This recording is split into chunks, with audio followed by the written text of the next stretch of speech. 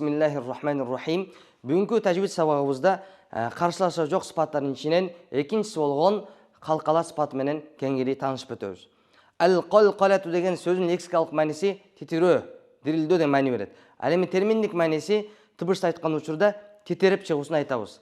Калкала сыпаты жалпысынан 29 тыбыштын ичинен 5 тыбышта табылат. Алар коф, то, ба, жим жана дал тыбыштары. Эми калкаланын тажвид алымдарынын айтуусуна караганда 3 даражасы бар. Биринчи жана эң жогорку даражасы качан калкала тыбыштары мына ушул 5 тыбыш таштиттүү болуп келип, жана сөздүн аягына келсе, мына ушул калкаланын эң жогорку, эң биринчи даражасы болот. Мисал катары алсак, ал-хакка ва таб, ал-хаджж, ашадд. Мына ушул учурда калкала эң жогорку деңгээлде чыгат.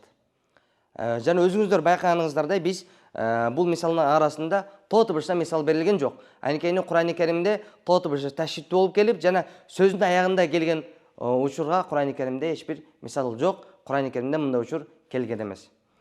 Ал эми калкаланын экинчи даражасы качан калкала тыбышы сөздүн аягында келип, жана ошол сөзгө токтогон учурда.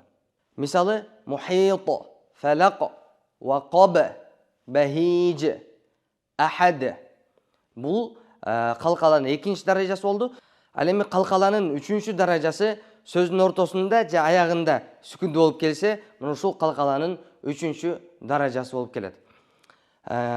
Мисал катары алсак, якотау, ятмау, ябдау, яджалу жана ядау.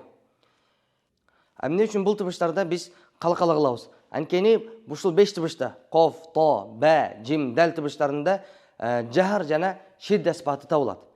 Качан биз бул тыбыштарга токтогондо, мисалы фалак дегенде бул шидда сыпаты болот дагы, аны жахар сыпатын билдирүү максатында биз калкала сыпатын колдонобуз. Мына ошол учурда биз калкала кылуу менен биргеликте бул тыбыштардын жахар сыпатын билдире алабыз. Эгерде биз калкала кылбасак, анда бул тыбыштын жахар сыпаты билинбей калат дагы, тыбыш өз макаражынан толук чыкпай калат, же башка тыбышка окшоп чыгып калат. Мисалы того мухит, мухит деп калкала кылбасак, анда то тыбышы мухит дегенде та тыбышына окшоп калат. Ошондой эле коф тыбышына эгер калкала кылынбаса, анда жахар сыпат чыкпай калат дагы, жахар сыпат чыкпагандыктан улам каф тыбышына окшоп фалак дегенде каф тыбышына окшоп калуу ыктымалдыгы бар. Ошондуктан биз бул тыбыштарды токтогон учурда бул тыбыштардын жахар сыпатын билдирүү максатында калкала кылабыз. Качан калкала кылганыбызда жахар сыпаты дагы, шидда сыпаты дагы толук ачык айкын билинет.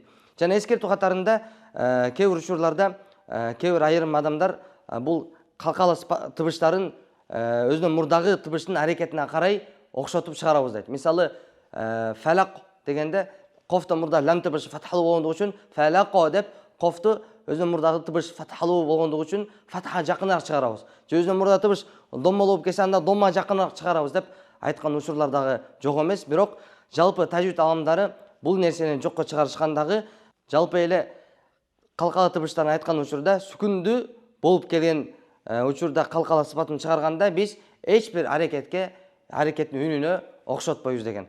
Аллах Таала бардыгыбызга ушундай Кур'ан-ы Керимди ар бир тамгасын туура талаптагыдай окуганга мүмкүнчүлүк берсин.